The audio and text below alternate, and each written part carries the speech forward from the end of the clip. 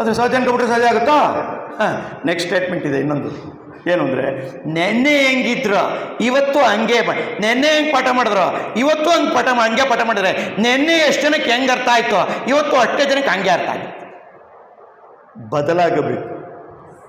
ನೀವು ಈಗ 2 ದಿನ ಇಲ್ಲಿ ಇರ್ತೀರಲ್ವ, ಮನೆಗೆ ಹೋಗ್ತಿದ್ದಂಗೆ ನಿಮ್ಮ ಯಜಮಾನರಿಗೆ ಐ ಲವ್ ಯು ಕಣ್ರಿ ಅನ್ನಿ, ಅವ್ರು ಇದೇನಿದೆ ಇದ್ದಕ್ಕಿದ್ದಂಗೆ ಚೇಂಜ್ ಆಗ್ಬಿಟ್ಲಲ್ಲ ಅಂತ ಏನೋ ಅನ್ನಿಸ್ಬೋದು. ಅದು ಅವ್ರಿಗೆ ಇಷ್ಟ ಏನಾರು ಅನ್ಕೊಳ್ಳಿ. ಆಮೇಲೆ ಮೈಸೂರು ತುಂಬ ಫೇಮಸ್. ಮೈಸೂರು ಪಾಕಿಗೆ ಮೈಸೂರು ಬೇಕಾಗ ಒಳ್ಳೆ ಮಾವಿನಹಣ್ಣು ಬಂದಿದೆ. ಯಾವ ಊರ್ರಿ? ಉಡುಪಿ. ಮಾವಿನಹಣ್ಣು ಚೆನ್ನಾಗಿದೆ ಇಲ್ಲಲ್ಲ, ಆಯಿತು. ಮೈಸೂರು ಪಾಕು ಚೆನ್ನಾಗಿದೆ. ಸುಮ್ಮನೆ ತೊಗೊಂಡೋಗಿ ನಿಮಗೋಸ್ಕರ ತಂದೆ ಅಂತ ಯಜಮಾನ ಜೊತೆಗೆ ಐ ಲವ್ ಯು ಅಂತನ್ನಿ. ನೋಡಿ ಮುಂದಿನ 24 ಗಂಟೆ ಅವರ ಕಡೆಯಿಂದ ಸುಮ್ಮನೆ ನೋಡಿ, ಸುಮ್ಮನೆ ಗಮನಿಸಿ.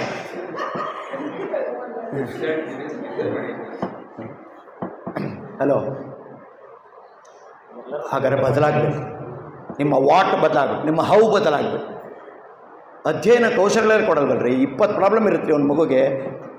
ನೆನಪಿನ ಪ್ರಾಬ್ಲಮ್ ಇರುತ್ತೆ, ಏಕಾಗ್ರತೆ ಪ್ರಾಬ್ಲಮ್ ಇರುತ್ತೆ, ನಿದ್ದೆ ಪ್ರಾಬ್ಲಮ್ ಇರುತ್ತೆ, ಮೊಬೈಲ್ ಹಿಡ್ಕೊತಾನೆ ಅಂತ ಆಕರ್ಷಣೆಗೆ ಪ್ರಾಬ್ಲಮ್ ಇರುತ್ತೆ. 20 ಪ್ರಾಬ್ಲಮ್ ಇರುತ್ತೆ ರೀ.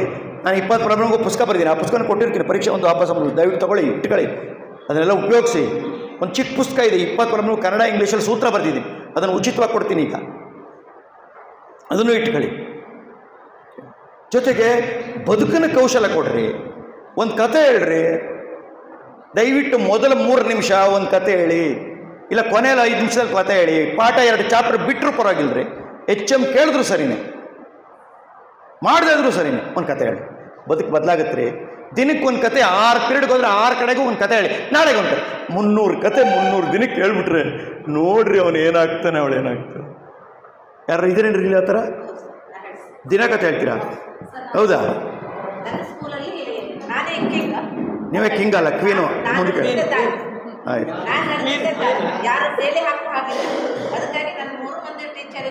ಬೆಳಿಗ್ಗೆ ಒಂದು ಕತೆ, ಮಧ್ಯಾಹ್ನ ಟೈಮ್ನಲ್ಲಿ ಒಂದು ಕತೆ ಹೇಳಿ ಪಾಠ ಸ್ಟಾರ್ಟ್ ಮಾಡಿ. Very good, very good, very good, very good. ಕತೆ ಹೇಳಿ, ಕತೆ ಹೇಳಿ. ಈಗ ಆಮೇಲೆ ಬದುಕಿನ ನಾಳೆ ಇನ್ನೇನೋ ಪ್ರಾಬ್ಲಮ್ ಬರುತ್ತೆ, ಅದು ಏನು ಯಾವ ಕೌಶಲವೂ ಇಲ್ವಲ್ರಿ. ಕೆಲವ್ರಿಗೆ 80 ಜನಕ್ಕೆ ಮಾರ್ಕ್ಸ್ ಇಲ್ಲ, 80 ಜನಕ್ಕೆ ಅರ್ಥ ಆಗಿಲ್ಲ, 20 ಜನಕ್ಕೆ ಮಾರ್ಕ್ಸ್ ಇದೆ, ಏನೋ ಬದುಕತ್ತಾರೆ. ಇವರೆಲ್ಲ ಬದುಕೋದು ಹೆಂಗ್ರಿ? 12ನೇ ಕ್ಲಾಸು 10ನೇ ಕ್ಲಾಸು ಡಿಗ್ರಿ ಆಗಿದ್ರೆ ಅವ್ನಿಗೊಂದು ಮಾತಾಡೋಕ್ಕೂ ಬರಲ್ಲ. ಇಂಟರ್ವ್ಯೂಗೆ ಹೋದರೆ 22 ವರ್ಷ ಏನು ಕಲಿಸಿದ್ವಿ ನಾವು? ಅನ್ಯಾಯ ಅಲ್ಲ ರೀ ಶಿಕ್ಷಣ. ಏನೂ ಫಲ ಇಲ್ವಲ್ರಿ ಒಳಗಡೆ. ಕೆಲಸ ಕೊಡೋ, ಕೆಲಸ ಕೊಡೋದಲ್ಲ, ಕೆಲಸ ತಗೊಳ್ಳೋದು. ಅದರಿಂದ ದಯವಿಟ್ಟು ಶಿಕ್ಷಣವನ್ನು ಬರೀ ಆ 200 ಪೇಜಿಗೆ ನಿಗದಿ ಮಾಡಿದೆ. ಆ ಪಾಠ ಅರ್ಥ ಆಗೋದಕ್ಕೆ ಸ್ಟಡಿ ಸ್ಕಿಲ್ಸ್ ಕೊಡಿ, ಅಧ್ಯಯನ ಕೌಶಲ, ಜೊತೆಗೆ ಬದುಕಿನ ಕೌಶಲ, ಜೀವನ ಕೌಶಲ ಕೊಡಿ. ಸೊ ಇದೆಲ್ಲವನ್ನು ಕೊಟ್ಟು ಪರಿಪೂರ್ಣ ಶಿಕ್ಷಣ. ಅದಕ್ಕೆ ನೀವು ಬದಲಾಗಬೇಕು, ನೀವು ಓದಬೇಕು. ಒಂದು ಕತೆ ಓದಿದ್ರೆ ತಾನೇ ಕತೆ ಹೇಳೋಕ್ಕೆ ಸಾಧ್ಯ. ಓಕೆ, ಬದಲಾವಣೆಗೆ ತಕ್ಕ ಹಾಗೆ ನಾವು ಬದಲಾಗದೆ ಹೋದರೆ ಬದಲಾವಣೆಯ ಗಾಳಿ ಎಷ್ಟು ಜೋರಾಗಿದೆ ಅಂದರೆ ಬದಲಾವಣೆಯೇ ನಮ್ಮನ್ನು ಬದಲು ಮಾಡಿ ಬಿಡುತ್ತದೆ. ಬದಲಾವಣೆ ನಮ್ಮನ್ನು ಬದಲು ಮಾಡೋಕ್ಕೆ ಮುಂಚೆ ನಾವೇ ಬದಲಾಗೋದು ಮರ್ಯಾದೆ ಲಕ್ಷಣ. ಬದಲಾಗಿ ಸುಮ್ಮನೆ ನಿಮ್ಮ ಪ್ರಾಬ್ಲಮ್ಮೇ ಹೇಳಬೇಡಿ. ನಿಮ್ಮ ಪ್ರಾಬ್ಲಮ್ ಹೇಳ್ಕೊಂಡು, ಸರ್ ಬಸ್ ಸಿಗಲಿಲ್ಲ ಸರ್, ಅದಕ್ಕೆ ಲೇಟ್ ಆಯಿತು. 5 ವರ್ಷದಿಂದ ಇದನ್ನೇ ಕತೆ ಹೊಡಿತಿದ್ದೀರಾ. ಮನೇಲಿ ಅತ್ತೆ ಸರ್, ನಿಮ್ಮ ಅತ್ತೆ ತಗೊಂಡು ನಾನೇನ್ರಿ ಮಾಡಲಿ? ಮಕ್ಕಳ ವಿಷಯ ಹೇಳಿ ಅಷ್ಟೇ, ನಿಮ್ಮ ಅತ್ತೆ ವಿಷಯ ನಂಗೆ ಹೇಳಕ್ಕೆ ಬರಬೇಡಿ. ಯಾರಿಗೂ ಯಾವುದು ಪರ್ಫೆಕ್ಟಾಗಿರಲ್ಲ. ಪರ್ಫೆಕ್ಟ್ ಗಂಡ, ಪರ್ಫೆಕ್ಟ್ ಹೆಂಡತಿ, perfect head master, perfect BEO, perfect ಯಾವನೂ ಇಲ್ಲ. ಎಲ್ಲ ಅಪೂರ್ಣವೇ. ಅದಕ್ಕೆ ಪೂರ್ಣಮಿದಂ ಪೂರ್ಣತೆಯ ಅತ್ತ. ಕೆಲವರದ್ದು ಅತ್ತ ಅಲ್ಲ, ಅತ್ತಾತ. ಇದು ಬದಲಾಗಿದೆ ದಯವಿಟ್ಟು. ಇದಕ್ಕೇನು ಮಾಡಬೇಕು? ನೀವು ಸ್ವಲ್ಪ ಅಧ್ಯಯನಶೀಲರಾಗಿ ದಯವಿಟ್ಟು ಓದೋದು ಅಭ್ಯಾಸ. ದಿನಕ್ಕೆ 1 ಗಂಟೆ, ಟೀಚರ್ಸ್ ಅಂತೂ ಇನ್ನೂ ಜಾಸ್ತಿ ಓದಬೇಕು. ಸಾಕು, ಎಷ್ಟು ಹೇಳಿದ್ರು ಅಷ್ಟೇ.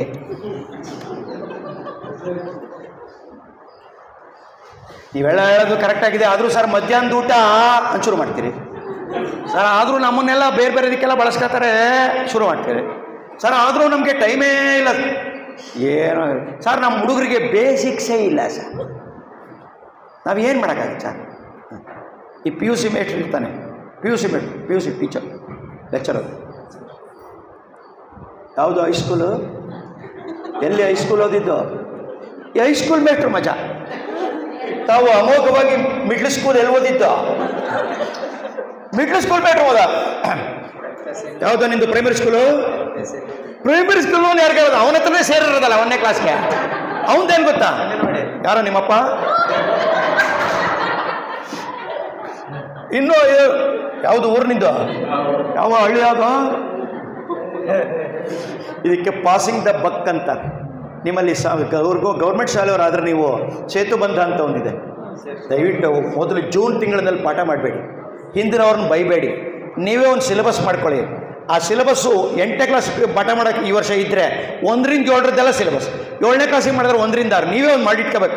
ಜೂನ್ ತಿಂಗಳು ಫುಲ್ಲು ಸೇತು ಬಂಧನೆ ಮಾಡಬೇಕು, ಬ್ರಿಡ್ಜ್ ಕೋರ್ಸೇ ಮಾಡಬೇಕು. ಬೇಸಿಕ್ಸ್ ಎಲ್ಲ ನೀವೇ ಮುಗಿಸ್ಕೊಂಡ್ಬಿಡ್ಬೇಕು, ಆಮೇಲೆ ಪಾಠ. ಬೇರೆಯವ್ರಿಗೆ ಬೈಬೇಡಿ ಅಲ್ವಾ? ನಿಮ್ಮ ಗಂಡ ಮಾಡ್ತಾರೆ, ನಿಮ್ಮ ಯಜಮಾನ್ರು ಏನು ಹೇಳ್ತಾರೆ? ನಿಮ್ಮಮ್ಮ ಇದನ್ನೇ ಕಲಿಸಿದ್ದ. ಅಮ್ಮನ ಯಾಕೆ ಹೇಳ್ತಾರೆ? ನಿನ್ಗೆ ಹೆಂಗೆ ಬೇಕೋ ಹಂಗೆ ಹೇಳು, ಈಗ ರೆಡಿ ಆಗ್ತಾರೆ.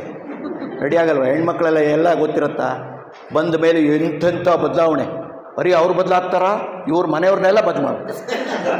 ಬಂದು ಮನೆಯವರೆಲ್ಲ ಚಿತ್ರಾನ್ನ, ಇವ್ರಿಗೆ ತಕ್ಕಂತೆ ಅವರೇ ಚೇಂಜು. ನೀವು ಚೇಂಜ್ ಆಗಿ ಅಂತ ನಮ್ಮನೆ ಕರ್ಕೊಂಬಂದ್ರೆ ನಮ್ಮನೆ ಚೇಂಜ್ ಮಾಡ್ಬಿಟ್ಟು ಬದಲಾವಣೆಯ ಹರಿಕಾರರು ಇವರು. ಉಡುಪಿ ಹರಿ ಬೇರೆ ಇವ್ರದ್ದೇ.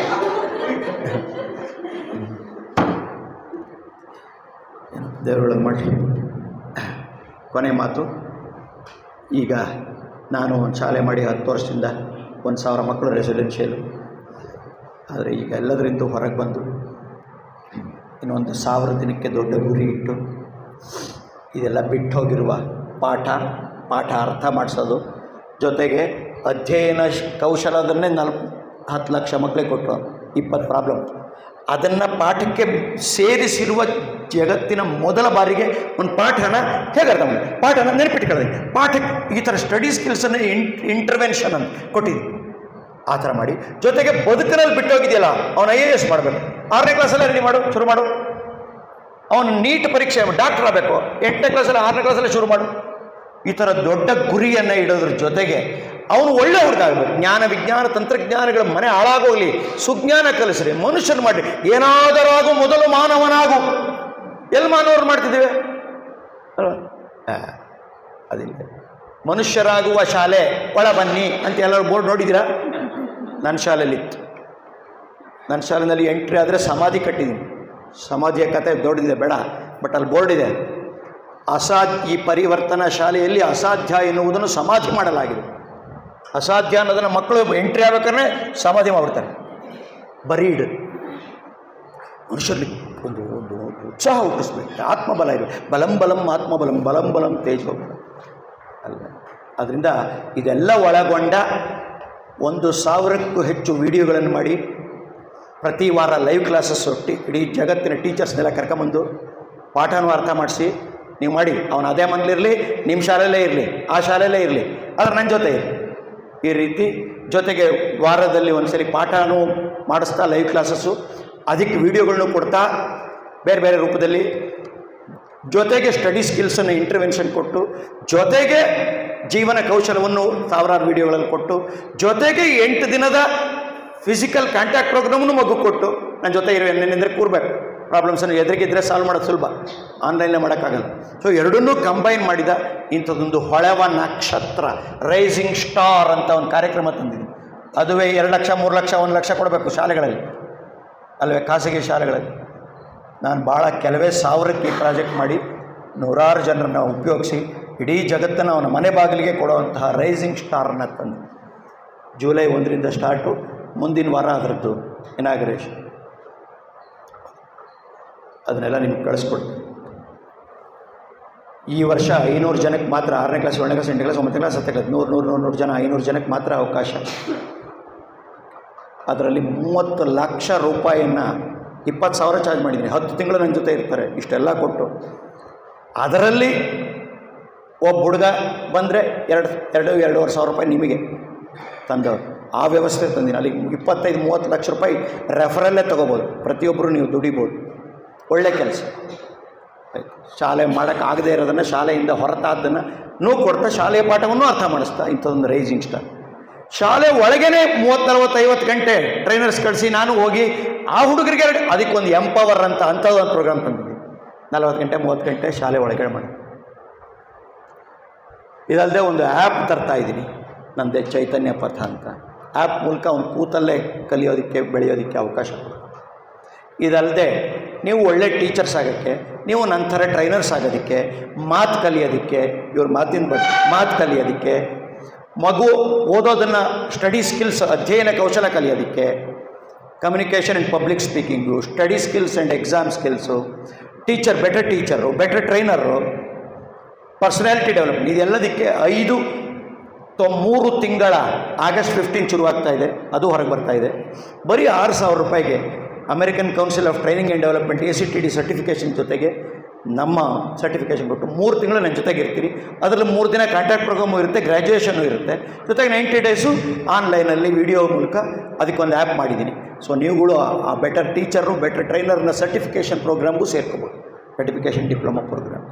ಸೊ ಹೀಗೆ ಏನೇನೋ ಪ್ರೋಗ್ರಾಮ್ಗಳನ್ನ ಈ ಟೈಮಲ್ಲಿ ತರ್ತಾ ಇದ್ದೀನಿ, ಎಲ್ಲವನ್ನು ತಿಳಿಸ್ತೀವಿ. ನೀವು ಅದಕ್ಕೆ ಸೇರಿ ದೊಡ್ಡ ಪ್ರಮಾಣದಲ್ಲಿ ಚಿಕ್ಕ ದುಡ್ಡಲ್ಲಿ ದೊಡ್ಡ ಕೆಲಸವನ್ನು ಮಾಡಿ ಈಗ ಮತ್ತೆ ಹೊಸ ಉತ್ಸಾಹವನ್ನು ತಗೊಳ್ಳೋ ಹಾಗೆ ಆಗಲಿ ಅಂತ ಆಶಿಸ್ತಾ, ನನ್ನ ಅವನ ಉತ್ಸಾಹ ಜಾಸ್ತಿ, ಯಾಕೆಂದು ನನಗೂ ಗೊತ್ತಿಲ್ಲ.